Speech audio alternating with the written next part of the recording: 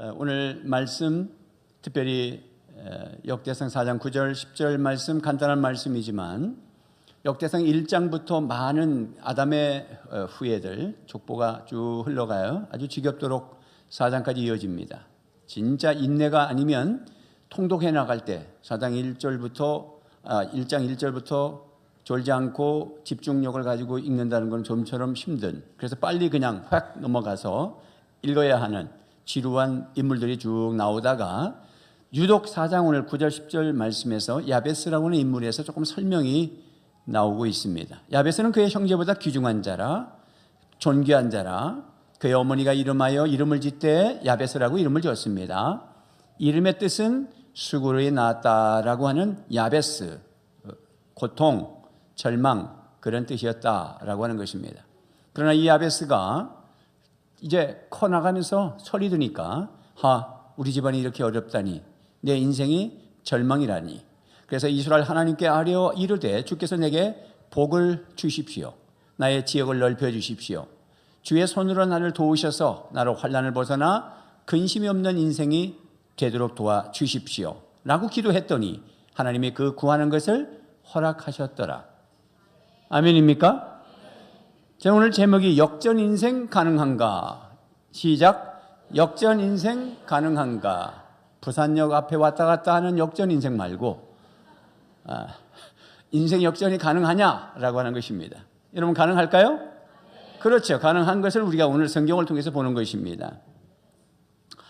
어머니가 이름을 지어줬는데 야베스라고 했다 그랬죠. 그래서 야베스라는 히브리 말에 야베스는 한국말로 고통, 절망, 이름을 지어주는데 그렇게 지어줄 부모가 어디 있겠어요. 그런데 그렇게 했어요.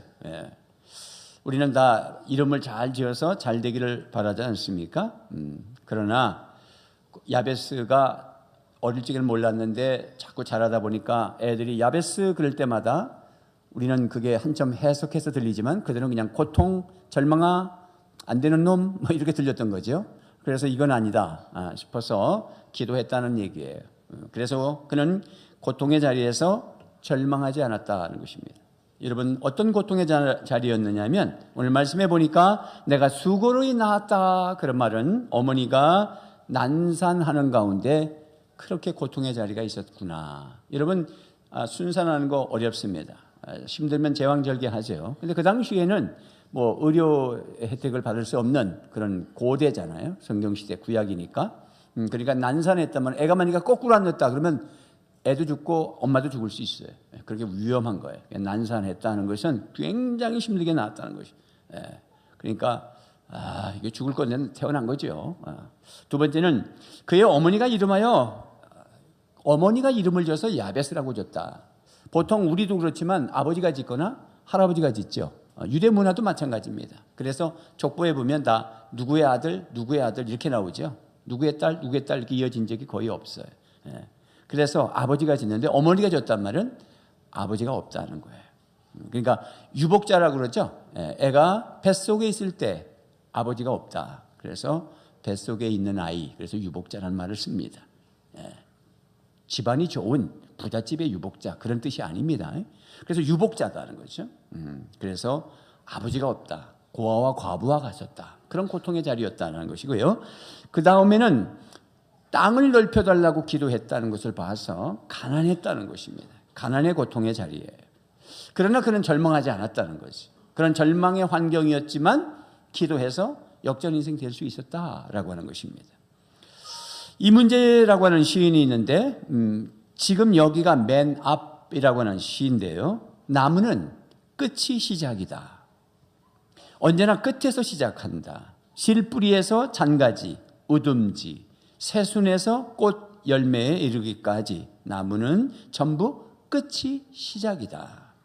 지금 여기가 맨 끝이다. 나무, 땅, 물, 바람, 햇빛도 저마다 모두 맨 끝이어서 맨 앞이다. 기억, 그리고 그림, 고독, 절망, 눈물, 분노도, 꿈, 희망, 공감, 연민, 연대도, 사랑도, 역사시대, 문명, 진화, 지구, 우주도 지금 여기가 맨 앞이다. 지금 여기가 내가 정면이다. 이 시에서 이야기하고 싶은 것은 뭐냐면 끝은 없다. 절망, 그것은 다시 시작이다 라고 했습니다. 여러분, 끄트머리라고 하는 말, 끄트머리. 우리 송규론 목사님이 무슨 책을 썼는데 제가 읽다가 그분 아주 위트가 많으세요. 아이디어 뱅크예요. 끄트머리 그랬는데 끝 플러스 머리다 그랬습니다. 끝은 머리, 정면이고 시작이다 그랬습니다. 겨울은 끝난 것 같지만 봄은 시작입니다. 나무는 메말라서 죽은 것 같지만 거기서 싹을 틔고 시작됩니다. 그래서 우리가 절망이라고 하는 자리에서 절망하지 마시고 다시 시작할 수 있다라는 것을 믿으시기를 바랍니다. 그것이 가능한가? 가능하다. 믿지 않는 사람들도 꿈꾸고 이기는데 말이죠. 오늘 이렇게 동영상을 봤잖아요. 아날드 슈네이건가? 막 이분도 책상 앞에다가 가난한 그 젊은 소년이 3가지 꿈꿨다고 그렇지 않습니까? 영화 배우가 될 것이다. 캐네디아와 결혼할 것이다. 캘리포니아 주지사가 되겠다. 근데 3가지가 다 됐단 말이지. 그 다음에 2 탐험대 얘기를 얘기했습니다. 2 탐험대가 다 남극 탐험을 했습니다. 70일 동안 해가 안 뜬다면 캄캄한 데 간 거예요. 그래서 얼음에 갇힌 겁니다. 2배가 다. 하나는 1911년, 아까 보니까 하나는 1930몇 년, 뭐 그 정도. 조금 차이가 돼서 갔습니다. 어쨌든 거기 스콧이라고 하는 사람은 7명과 가가지고 결국은 다 죽었어요. 근데 그 일기에 보니까 이 일기를 더 이상 쓸 수 없을 것 같다. 우리는 신사답게 죽을 것이다. 그래서 진짜 죽었어요. 근데 27명이 간 세클턴이라고 하는 사람은 살아남았어요. 그들은 꿈을 꿨습니다. 우리 대원들 다 살 것이다. 첫째. 두 번째는 우리 그 탐험대가 다시 와서 우리를 건져내게 될 것이다. 세 번째는 따뜻한 화로 불에서 우리 가족과 함께 만나서 따뜻함을 회복하게 될 것이다. 그리고 꿈꿨습니다. 2년에 걸쳐서 얼음바다에서 기다렸는데 드디어 살아나왔다라고 하는 것이죠. 여러분, 정말이에요. 우리 꿈대로 됩니다. 믿음대로 됩니다. 그래서 포기하지 마세요. 끝까지 기도 제목을 잡아야 됩니다. 내가 5년 뒤에 뭐 할 것이고 10년 뒤에 뭐 할 것이고 지금 나이가 70이 돼도 인생은 70%다. 그러잖아요. 103세를 사신 분이 그러더라고. 그러니까 100세까지 살 건데 70인데 30년 더 살 건데 다 포기하시고 아무것도 안 하시고 맨날 놀다가 30년 다 살고 나서 100살 돼가지고 아유 괜히 이랬네. 그때 후회하면 안 되죠.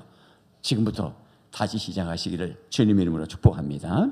왜 다시 시작할 수 있느냐? 절망하지 않고 우리는 하나님께 믿음으로 기도할 수 있기 때문이죠. 그래서 야베스도 절망하지 않고 하나님께 믿음으로 기도했습니다. 기도해야 합니다. 10절 말씀해 보니까 야베스가 이스라엘 하나님께 아뢰어 이르되, 이스라엘 하나님, 그냥 이스라엘은 야곱이라는 구약의 인물을 하나님께서 이스라엘하고 이름을 바꿔줬습니다. 하나님의 언약 약속대로 축복하겠다라고 하는 이름입니다. 그래서 야베스는 이스라엘 하나님, 약속을 지켜주신 하나님, 축복하실 하나님, 나의 인생을 역전시킬 하나님 앞에 기도했어요. 아뢰어라는 말은 우리말로는 부드럽게 되어 있지만 히브리 말로는 카라, 단어 자체가 카라, 동사가 좀 아주 날카로워 보이죠? 영어 성경에는 cried out 일어났습니다. 소리 지르는 게 바깥까지 들렸다. 그냥 제가 너무 크게 하면 어린애가 놀릴 것 같으니까 그렇게 막 부르짖은 것입니다. 그렇게 막 얼마나 답답하면 그냥 막 부르짖어서 하나님 이래 되겠습니까? 그래서 응답받았다는 얘기죠. 그래서 우리가 기도하지 않는다는 건 믿음이 없다는 뜻이고, 기도하지 않는다는 건 덜 답답하다는 뜻이에요.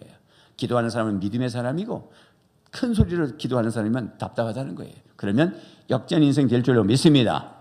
탈무드의 지혜서에 이런 얘기가 있습니다. 철이죠, 철.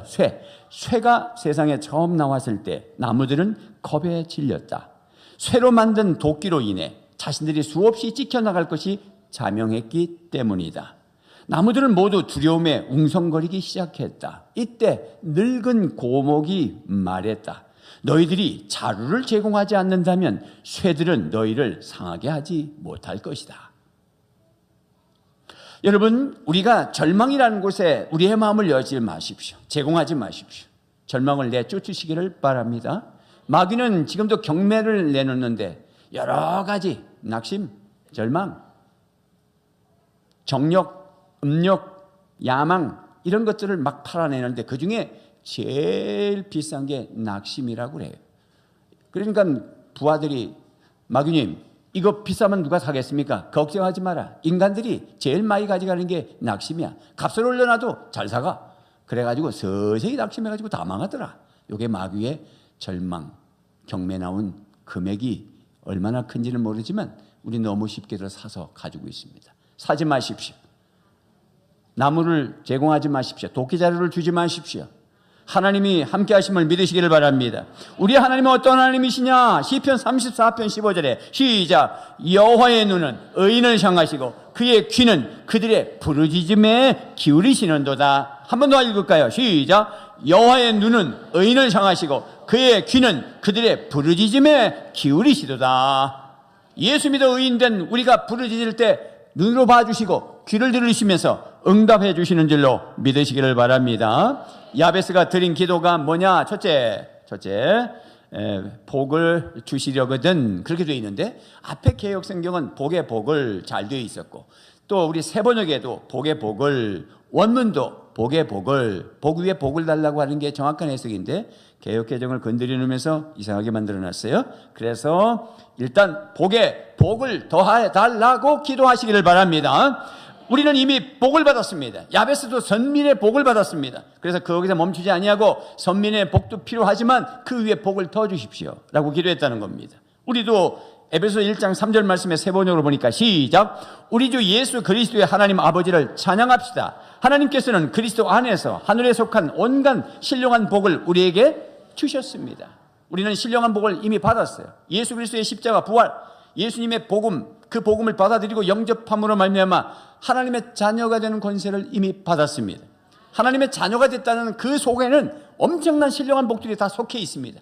죄 용서받았다, 영생을 누린다, 이 다음에 부활할 수 있다, 하나님의 백성이 될 수 있다, 예수님은 신랑이시고 우리는 그 신부가 될 수 있다, 왕같은 제사장이 될 수 있다. 여러분, 엄청난 신령한 복을 다 받았다는 거예요.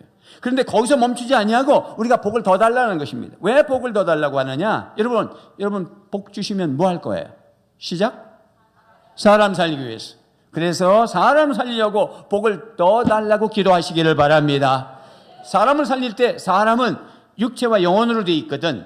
그래서 세상도 복지라고 하는 것이 있어서 육을, 최저임금을 뭐 이렇게 올리고 뭐 하는 것은 사람답게 살도록 하기 위해서 뭐 목적은 좋습니다. 그런데 해보니까 오히려 알바생이 쫓겨나가고 주인이 직접 해버리고, 그래서 구인난이 저 구직난 막 소용들이 치는, 그래서 이게 경제가 그렇게 마음대로 되는 건 아닌 것 같습니다. 근데 정신은 좋아요. 좋죠, 그죠? 최저임금이 올라가면 제대로 받고 살면 좋겠지요. 80만 원 받는 것보다 150만 원 받는 게 낫겠지요, 그죠?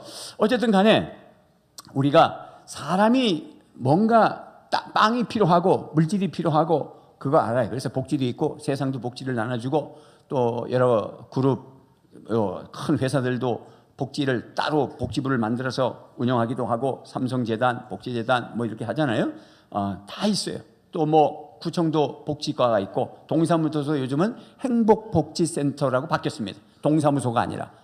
옛날엔 지역주민센터 이러다가 요즘을 보니까 행복 뭐 복지센터가 이렇게 복지로 다가 빵 다 주겠다는 거예요.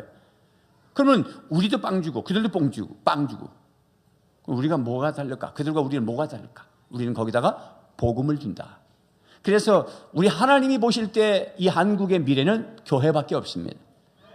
우리가 세상 사람들이 빵을 먹고 지옥 가지만 교회는 빵도 주지만 복음을 줘서, 그래서 빵과 복음으로 사람을 살려서 전인적 구원을 이루기 위하여 우리는 복받아야 되는 것을 믿으시기를 바랍니다. 우리가 교회 안에만 있는 것이 아니라 여러분들도 동사무소, 구청에, 그 다음에 뭐 교수님, 뭐 사업가, 모든 현장에서 지금 뛰고 있잖아요. 그리고 여러분들이 그 속에서 여러분이 복을 받으셔서 빵과 복음으로 사람 살리고, 트렁크에는 착 열면 언제든지 나눠줄 수 있는 것이 가득 들어있고, 불쌍한 사람에게 나눠줄 수 있고, 호주머니에서 돈을 꺼내서 나눠줄 수도 있고, 돈도 꿔주고 막 이러면서 그렇게 멋지게 살려면 복 받으셔야죠. 그런 꿈을 꾸시기를 바랍니다. 여러분, 기복신앙, 기목신앙 그런 얘기를 합니다. 한국교회가 너무 강단에서 기복신앙을 얘기한다 그러는데, 복만 받았지 어떻게 사는지 모르고 그냥 복만 달라고 하기 때문에 그런 얘기를 드리는 것입니다. 그러나 성경은 복으로 시작해서 복으로 끝납니다. 아담과 하와를 창조할 때도 복을 주시며 이르시되 생육하여 번성하라, 이 땅에 충만하라, 땅을 정복하고 다스리라. 다 복 주면서 말씀하셨어요. 아브라함에게 복을 주시며 약속을 했어요. 모든 게 복입니다. 그래서 초대교회도 보니까 신약성경에 보면 초대교회가 태동하는 것이 사도행전이죠. 사도행전 1장에 예수님이 승천하시고 약속하신 성령을 기다리면서 120명 성도들이 기도하죠. 그리고 오순절 성령의 임하심을 체험합니다. 베드로가 성령 충만해서 복음을 전했을 때 예루살렘의 절기를 지키러 왔던 사람들 중에 3,000명이 예수를 믿고 세례를 받습니다. 그분들이 이제 절기 끝났으니까 돌아가야 되는데 성령 받고 나니까, 세례 받고 나니까 너무 기뻐서 집으로 돌아가지 않아요. 3,000명의 공동체를 이루고 있습니다. 가정교회로 들어가 있겠죠. 그래서 낮에는 성전에서 기도하고 흩어지면 집으로 돌아가고 막 이렇게 운동하는데 먹는 게 문제가 생겼죠. 그들이 가지고 온 것들을 나누기 시작했습니다. 네 것이라 내 것이라 하지 않냐고 유무상통하고 나눴습니다. 그러다가 모자랐습니다. 바나바라고 하는 부자가 자기 땅을 팔아서 베드로에게 발 앞에다 갖다 내놨습니다. 이거 가지고 먹이십시오. 즉 성령 충만함과 복음이 흘러가면서 초대교회가 물질도 흘러가고 있다는 사실을 믿으셔야 합니다. 그리고 끊임없이 물질 얘기하는 것입니다. 선교 현장에 가난하면 거기에 물질을 걷어서 준다, 헌금 얘기를 계속 하잖아요. 그래서 물질과 복음은 같이 가는 것이에요. 그래서 우리는 복 달라고 기도하셔야 됩니다. 여러분, 복음은 가지고 있어요. 예수 십자가 부활을, 이건 변하지도 않고 모자라지도 않고 오고 가는 모든 세대가 다 믿어도 모자라지 않아요. 그런데 빵은 모자르잖아요. 그래서 여러분 이렇게 복 달라고 기도하시고, 그래서 바울 사도도 말이죠. 바울 사도도 물질로 헌신하는 사람들을 축복할 때 고린도 후서 9장 8절 말씀에 이렇게 했어요. 시작. 하나님이 능히 모든 은혜를 너희에게 넘치게 하시나니 이는 너희로 모든 일에 항상 모든 것이 넉넉하여 모든 착한 일을 넘치게 하게 하려 하심이라. 이렇게 참 그 말씀 외우셔야 될 것 같아요. 그죠? 앞에다 붙여놔야 될 것 같아요. 하나님 나에게 복을 주세요. 은혜를 베풀어 주세요. 넘치게 해주세요. 그래서 모든 일에 항상 모든 것이 넉넉하여 모든 착한 일을 빵과 복으로 사람 살릴 수 있도록 넘치게 복을 주시옵소서. 이렇게 바울 사도가 선교 현장에서 선교할 때는 빌립보 교회가 헌금을 해서 막 보내줬습니다. 그때 빌립보 교회를 향해서 축복하는데 이렇게 얘기했어요. 빌립보서 4장 19절 시작. 나의 하나님이 그리스도 예수 안에서 영광 가운데 그 풍성한 대로 너의 모든 쓸 것을 채우시리라. 이렇게. 구약이 아니고 신약인데 물질 얘기하잖아요. 기복신앙이 아니에요. 어디다 쓸 거냐가 중요한 거죠. 자기만 쓰면 기복신앙이에요. 그런데 우리는 사람을 살리려고 복을 구하시기를 바랍니다. 야베스가 두 번째 기도한 것은 나의 지역을 넓히시고 그랬습니다. 10절 말씀해 보니까 세 번역으로는 내 영토를 넓혀주시고 그랬습니다. 문자적으로는 땅을 넓혀달라는 거죠. 아마 가나안 정복을 하고 그 다음에 지파별로 땅을 나누고 나서는 가정별로 나눌 때는 제비를 뽑았던 것 같습니다. 그러나 어쨌든 땅을 하나 받았는데 아버지가 일찍 돌아가신 거 보니까 막 병중에 땅도 좀 팔고 그러다 보니까 너무 가세가 기울고 어려웠던 것 같습니다. 그래서 야베스는 땅을 넓혀달라고 기도한 겁니다. 여러분 여기서 우리가 부동산을 넓혀주세요 이렇게 기도를 적용을 해버리면 안 돼. 구약 성경을 신약 성경에서 다시 재해석해야 됩니다. 이것은 삶의 지경을, 영향력을 높여주세요 이렇게 해석해야 맞다고 학자들이 다 말하고 있습니다. 여러분 우리가 우리의 삶이 장림공단 이 지역에 여기에 있지만 우리의 삶이 조국과 세계로 넓혀가도록 도와주세요. 우리 오평원도 여기 꾸려야 할 젊은이들이 많이 있는데 여러분들이 목표를 세우십시오. 하나하나 5년 뒤에 10년 뒤에 20년 뒤에 뭐 할 거다가 하나하나 계획을 잡으면 인생이 짧다는 것을 발견하게 됩니다. 막연하게 살면 아직도 많이 남은 것 같아도 10년 뒤에 20년 뒤에 뭐 하겠다고 짝짝짝 잡아보면 얼마 안 남았어요. 그러니까 꿈을 꾸시는데 삶의 지경을 넓혀달라고 꿈을 꾸십시오. 구약의 요셉을 잘 알죠. 우리 지금 새가족들이 많이 앉아 계셔요. 이제 새가족 목장을 하다 보니까 지금 12기면 10명씩만 해도 120명이 여기 앉아 계십니다. 오지 않으신 분들도 아직도 계시기 때문에 하나님이 몇 명입니까? 그러면 사람 숫자만큼 있겠지요. 이렇게 말하는 아브라함이 누군지 아세요? 그분이 누굽니까? 전혀 모르는. 그래서 베드로가 자기 부인 그러니까 베드로가 자기 부인이 있습니까? 자기 자기를 부정했다 그런 뜻인데 용어 하나도 다 낯설은 분들이 여기 앉아 계십니다. 그래서 지금 제가 설교를 좀 쉽게 하려고 애를 쓰기 때문에 요셉 얘기를 좀 할 때 기존 신자들도 다시 잘 들으셔야 되는데 구약 성경에 요셉이라는 인물이 있습니다. 야곱의 11번째 아들이죠. 그래서 자기 동생 12번째 아들은 자기 베냐민 자기 친엄마로부터 낳고 나머지는 다 이복 형제들입니다. 그래서 요셉은 꿈을 꿨어요. 형님들의 볕단이 내 볕단에게 절하더이다. 해와 달과 11별이 나한테 절하는 꿈을 꿨어요, 요셉이. 그래서 뭐 꿈에 헌신을 해서 꿈대로 됐다 이런 말이 아니라 꿈 꿨어요. 그러나 하나님은 주권적으로 요셉을 들어 쓰시는데 잘 되는 게 아니라 오히려 이상했어요. 왜냐하면 형님들이 저기 세겜 땅에서 양 치고 있는데 아버지가 심부름을 보내서 점심 싸가지고 들면서 양 잘 치는지 가서 보고 오너라. 그랬더니 요셉이 예, 그리고 갔단 말이죠. 그렇게 가는 발걸음이 죽으라가는 발걸음이었어요. 그래 갔더니 세겜 땅에 없어요. 그래서 누가 장사치들이 지나가길래 여기 사람이 있었는데 못 봤습니까? 그러니까 도단 땅에 너하고 비슷하고 언어가 똑같고 있더라. 그래서 도단까지 더 내려갑니다. 예, 충성스러운 아들이죠.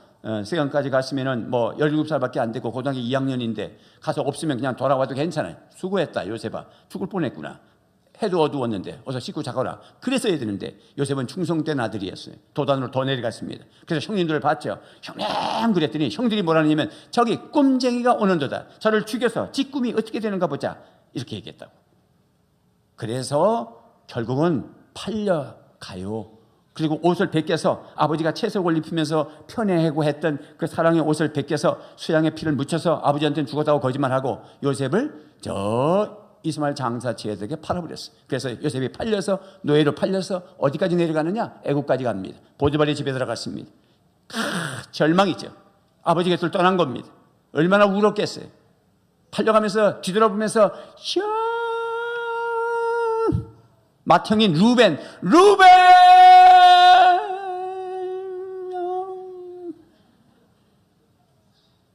유다 지파로부터 예수님이 등장하니까 네 번째 아들 유다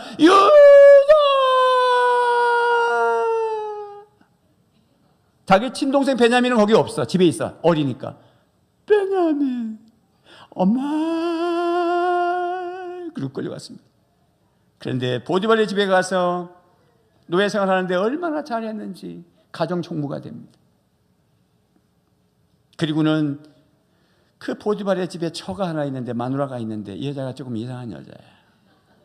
요셉의 젊은 애가 17살이가 딱 왔는데 얼마나 잘생겼는지 맨날 눈짓하는 거야. 요셉.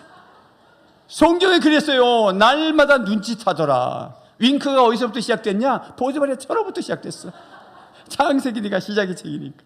그러나 요셉은 눈 하나 깜찍하지 않았더라. 하나님 앞에서 내가 죄를 지을 수 없습니다. 어느 날 이 종들을 다 바깥으로 내보내고 아무도 없어. 아무도 없게 만든 거야, 이 마누라가. 그 요셉만 딱 출근했는데 요셉, 예, 여기 앉아. 안 됩니다. 너 왜 이렇게 말 안 들어? 보디발 주인께서 저한테 가정총무를 맡겼을 때는 물질, 모든 종들을 다스리는 권세, 집안 살림 다 맡겨서도 하나님은 저한테 맡긴 적이 없습니다. 요셉도 말을 그렇게 했어. 하나님은 맡긴 적이 없다. 그럼 맡겼으면 뭐 어쩔 건가? 무슨 말이 그래. 요셉도 어쨌든 그렇게 말했어. 그랬더니 너 정말 나 힘들게 하는구나. 그러면서 우리 동침하자. 그리고 옷을 잡았어요. 그래서 요셉이 튀어서 도망갔어요. 하나님께서 어디로 집어넣냐? 감옥으로 넣습니다. 그러면 보디발 제가 거길 못 따라오니까. 그래서 감옥에 들어갔어요. 어떻게 잘 살려고 해보니까 감옥에 들어갔어요. 깨끗하게 살려고 그러는데 감옥에 들어갔어요. 우리 젊은이들이 제대로 정말 이렇게 살려고 그러는데 점점 수렁에 빠지는 것 같이 보여요. 그런데 거기서 꿈풀이를 하게 되고, 꿈풀이 했던 애굽의 바로 왕의 그 종들이 다시 복직을 하게 되고, 어느 날 바로 왕도 꿈을 꿨는데 못 풀고, 그러다가 요셉이 꿈꾼 거 풀어진 걸 생각이 나서 요셉을 추천하죠. 그래서 왕궁으로 들어갑니다. 그래서 꿈을 풀어댑니다. 왕이 꾼 꿈은 이런 꿈입니다. 처음에 풍년이 7년 올 것이고 흉년이 7년이 이어서 올 것입니다. 그래서 풍년이 올 때는 쌀을 갖다가 전부 창고에 들여서 놨다가 흉년 들었을 때 잘 분배하고 나누면 이 기근을 이길 것입니다. 지혜로운 자를 선택해서 그렇게 하시옵소서. 왕이 복자에서 쫙 일어납니다. 일어나면서 하는 말이 너와 같이 지혜로운 자가 또 누가 있더냐. 그래서 총리가 됩니다. 보십시오. 인생이 역전되는 것을 보십시오. 여러분, 우리는 하나님 앞에 꿈을 꾸셔야 됩니다. 지경을 넓혀가고 있지 않습니까?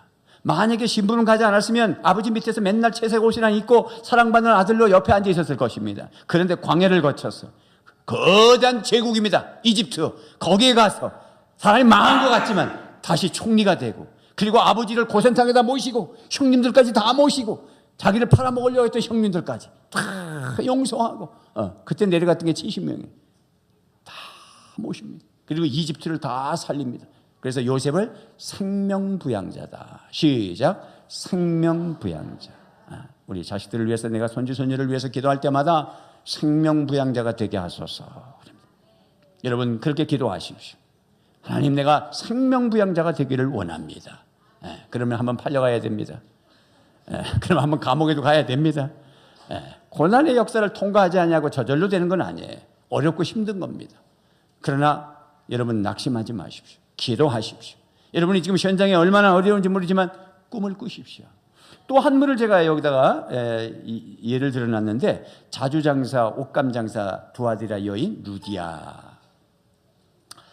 이 루디아, 두아디라 그랬으니까, 두아디라는 어디냐면 지금의 터키 지역에 소아시아 7개 중에서 두아디라 교회가 있어. 그 두아디라 지역에서 살았던 여인이 사업을 하기 위해서 어디를 갔냐면 배 타고 빌립보로 갑니다. 유럽으로 간 겁니다. 그래서 자주색 옷감을 파는 사람이에요. 그런데 한편 바울이 이제 전도 사역자들 일행과 함께 배를 타고 유럽 쪽으로 넘어갑니다. 그래서 항구에 내려서 그 다음에 기도 처소를 찾습니다. 해변가에 많은 사람들이 있었는데 여자들이 한 7, 8명이 모여 있습니다. 여기 기도 처소 있습니까? 그러니까 없습니다.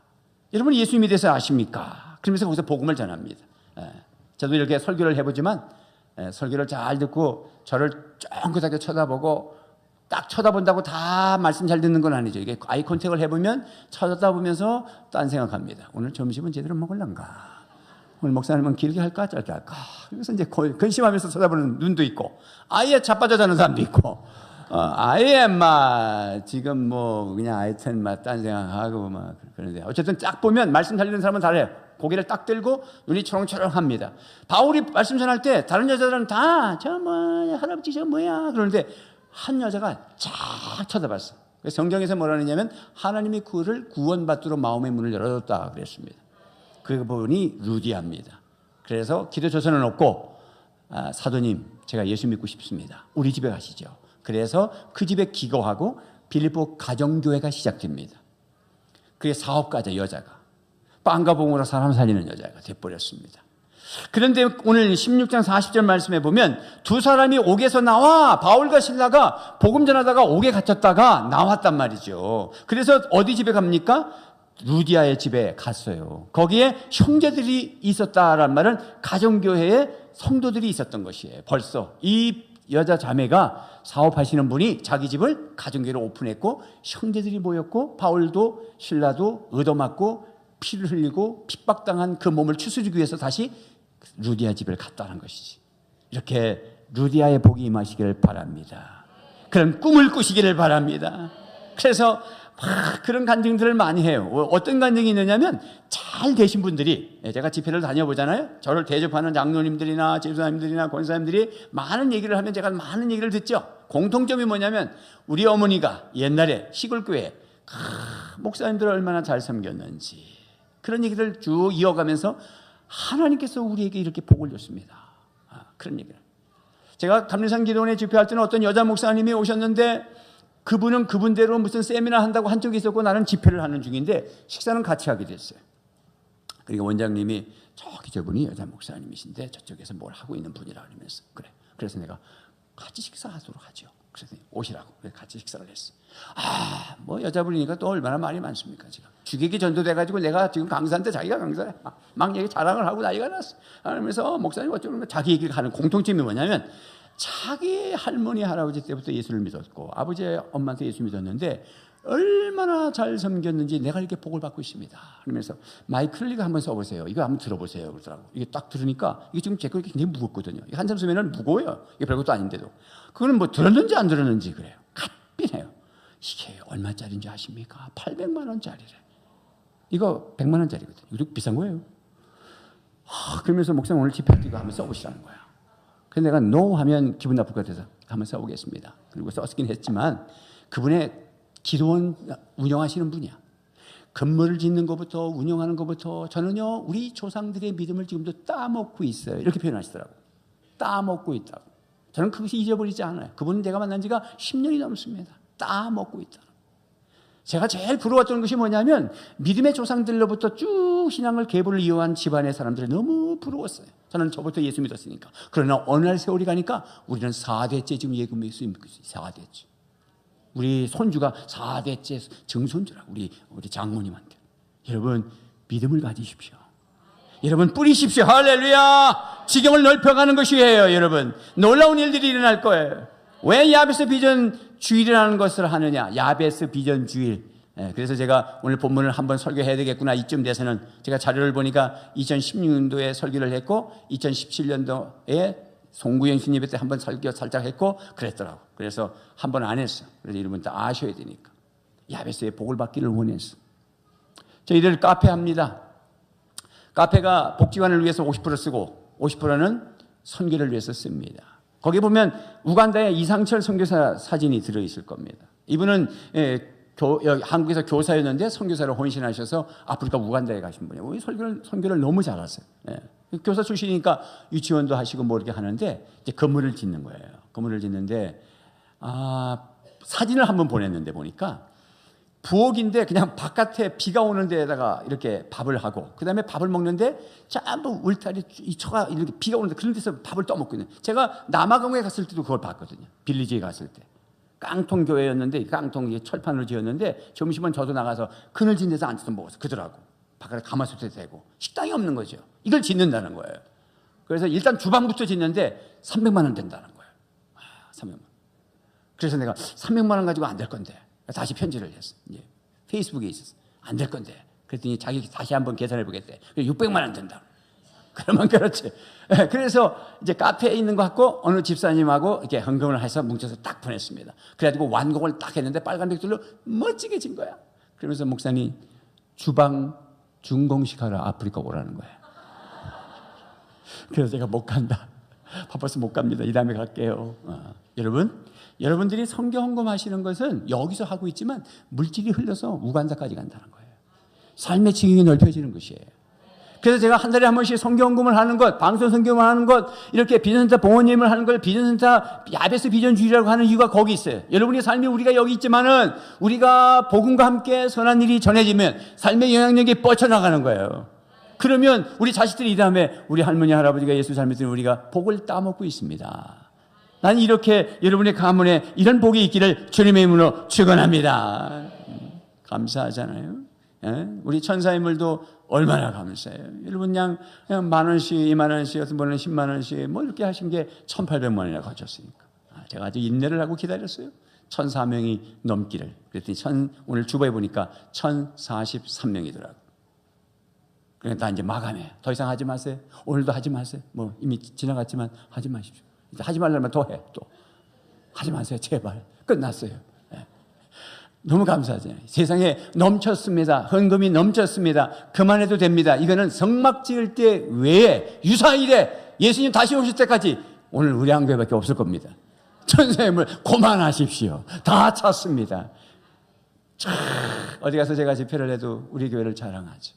우리 교회 성도님들 어렵게 산다. 진짜 어렵게 산다. 장님의 집이 쌀 때는 23평, 25평이 6,500만 원까지 했어. 우리 부경세 사택 그렇게 다 넣었다고. 얼마나 쌀 때는 5,500만 원까지 했어. 지금 지하철에 나가서 올라봐야 9,900만 원이야.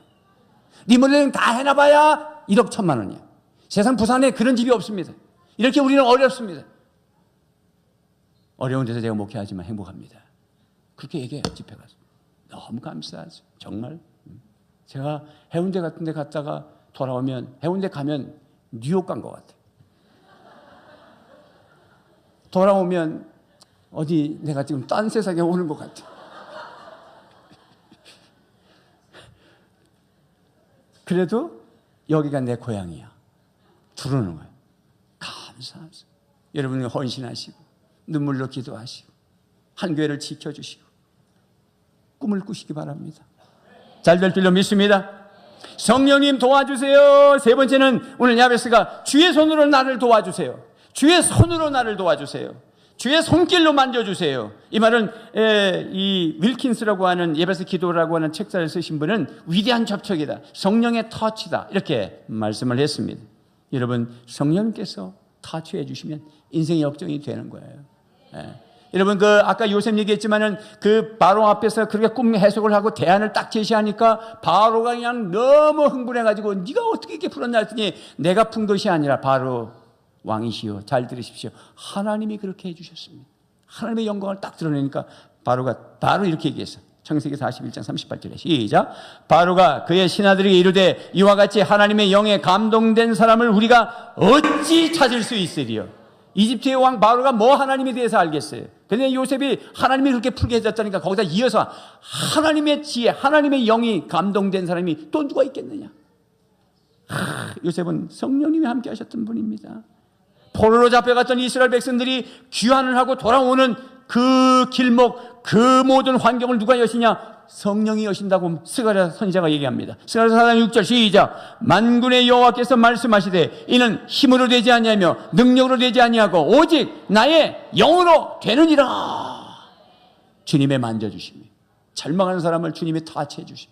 다니엘 기도에도 보면은 막 다니엘이 세일에 기도하잖아요. 그러니까 절망하면 엎드리냐, 죽는다고, 죽을 것 같아요. 오셔서 만져준다고, 가브리엘 천사가 일어난다고. 오늘 그거는 제가 예를 안 들었지만 이 엘리야의 예를 들어놨어요. 엘리야 시대에 왕이 아합 왕이고 영부인을 잘못 들여가지고 이세벨이라고 하는 850명이라고 하는 이 바알 선지자, 아세라 선지자, 그 우상 섬기는 선지자하고 같이 마차를 타고 왕궁을 두릅니다. 왕이 여자를 잘못 얻은 거지. 그래도 이스라엘 백성이 전부 우상성기가 돼버렸잖아요. 그 엘리야가 그냥 불이 붙어가지고 그냥 850명하고 기도 대결을 하잖아요. 뭐 다 아시잖아요.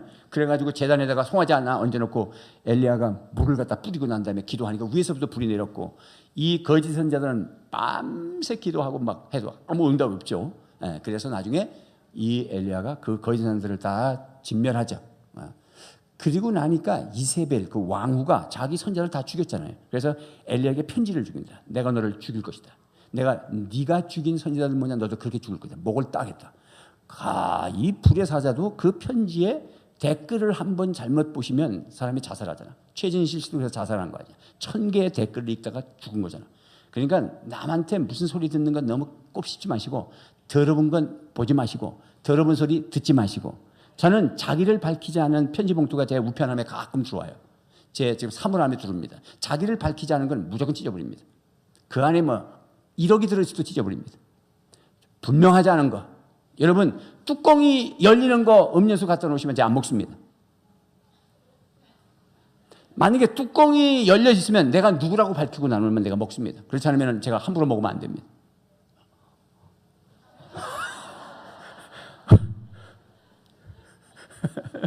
누가 이러면서 자빠지면 안 됩니다. 그러니까 자기가 누구다 딱 메모해 놓으시오. 그러면 제가 무엇인지 먹습니다. 그런데 어쨌든 편지도 자기를 밝히지 않은 건 안 읽습니다. 언젠가 한번 읽었는데 그거 참 오래 가더라고요. 그 댓글 오래 갑니다. 그러니까 엘리야도 그 편지 한번 읽고 완전 무너져 버렸어요. 그래서 광야로 도망갑니다. 그래서 로뎀나무 밑에 와가지고 이 불의 사자가 자살하려고 하는데 우울증이 걸려버렸어요. 그 장면이 열왕기상 19장 4절 5절입니다. 시작.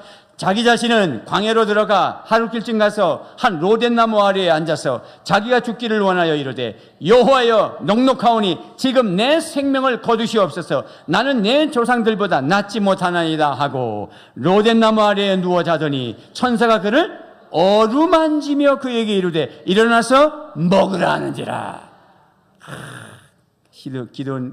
기드론 시내가에서 까마귀를 통해서 떡을 주고 물을 마시게 하고 천사가 어루만지는 게 뭐냐면 성령의 타치예요. 절망한 사람, 우울증에 걸린 사람, 못하겠다 하는 사람, 안 나가겠다 하는 사람, 이 봄에 나가셔야 되거든. 우울증에 걸리면 더 안 나가려고 그래. 원래 아무도 만나기 싫고요. 뭐 머리를 그냥 막 안 빗어가지고 눈까지 내려온다. 그걸 억지로 저한테 기도받으려고 그 아들이 엄마가 산부인과 원장이신데 아들이 그렇게 만기진 거야. 그래서 그 산부인과에 우리 간호사 집사님이 계신데 우리 목사님한테 기도 한번 받으시면 좋을 것 같은데. 그래서 강제로 뒤로 왔어. 내가 처음에 딱 보니까 이 남자 연대 나와가지고 그 엘리트가 우울증에 걸려가지고 사회생활 전무하고 그 다음에 집에서 안 나가고 머리를 기르는데 눈이 안 보여. 나를 안 쳐다봐. 얼굴이 창백해가지고 나한테 내부만 받아라 기도를. 내가 무슨 배짱으로 그런 말을 했는지 몰라. 내가 수많은 사람을 안수하지만 1년 내내 해도 안 낫는 사람 많은데 내가 내부만 받아라 했어. 그 우울증 환자한테. 하나님이 들으셨는가, 네 번에 완전히 스포츠 가리로 싹 하고 왔더라고. 다 나와가지고. 그 원장님이 목사님한테 보답을 하고 싶다 그래서 천만의 말씀입니다. 나 그러면 지옥 갑니다. 그 집사님을 통해서 절대 안 된다. 그랬더니 어느 날 주일날 목사님 잠깐 올라갔더니 링게로 가져왔더라고. 그래 내가 그건 맞을게. 그래서 그거 맞고 오후에 드린 적이 있습니다. 여러분, 하나님 살아계심을 믿으시길 바랍니다. 낙심하지 마세요. 끝까지 붙으세요. 끝까지 기도하세요. 그래서 그렇게 기도하고 성령이 타치하고 그러면 어떻게 되느냐? 기도만 하면 그냥 역전인생 되냐? 아니야. 마지막 세 번째, 기도하고 일어나서 꿈의 대가를 치르자. 할렐루야. 나로 환난을 벗어나 내게 근심이 없게 하옵소서 하였더니 하나님이 그가 구하는 것을 허락하셨더라. 10절 하반절이잖아. 환난에서 벗어나 아무 근심이 없도록 이런 말이 아니야. 잘 됐을 때 교만해서 다시 악에 빠지지 않도록 하나님 끝까지 나를 붙들어 주십시오. 겸손한 기도입니다. 그러면서 꿈의 대가를 치른 것이지. 열심히 살한 것이지. 여러분, 우리 마태복음 7장 7절 8절 제가 인용하진 않았지만 잘 아는 말씀입니다. 구하라, 찾으라, 두드리라. 구하는 사람은 얻을 것이고 찾는 사람은 찾아질 것이고 두드리는 사람에게 열릴 것이다. 할렐루야. 이거는 뭘 말하는 것이냐면 기도의 점진성을 얘기하는 거예요. 기도하면 구하는 거죠. 앞에서 일어나서 찾아다니고 그래 마지막 가서 문을 두드려라. 그러면 열릴 거다. 그러니까 꿈의 대가를 치러야 되는 거예요. 진짜 이 앞에서 기도를 하러 나오시는 분들 막 계속 같은 기도 제목 가지고 제가 막 기도하고 또 그 일주일 동안 또 기도하고 그래서 어떤 때는 빨간 기도 제목을 가지고 오시면 그게 몇 장이나 돼. 그래서 내가 강대성이 있으니까 그냥 가지고 가거라. 계속. 야, 여러분 어떤 자매는 막 누구라 말하지 않지만 어쨌든 응답이 됐다. 막 그 얘기 합시다. 응답이 됐다. 목사님 얘기 좀 하자. 응답이 됐어. 하나님 앞에 됐어. 제가 자식 같아서 포기하라 하면서 좋겠더라고. 몇 년을. 그런데 마침내 되더라고. 그래서 내가 입으로 포기하라 그랬으면 큰일 날 뻔했다 싶더라고. 이야, 여러분 됩니다. 두드리십시오. 할렐루야. 그래서 오늘 말씀에 하나님이 그 구하는 것을 허락하셨더라. 야베스 비전주의를 한 달에 한 번씩 시키니까 꼭 기억하십시오. 야베스의 복을 받으리라. 엘리야의 복을 받으리라. 자주행사 루디아의 복을 받으리라. 생명부양자 요셉의 복을 받으리라. 사람을 살리리라. 그러므로 절망하지 아니하고 믿음으로 꿈꾸고 하나님 앞에 먼저 구하리라. 복해달라고, 복을 달라고, 지경을 넓혀달라고, 성령님 나를 도와주세요. 그리고 대가를 치러서 생명부양자로 쓰임받으시기를 주님의 이름으로 축원합니다. 기도하겠습니다.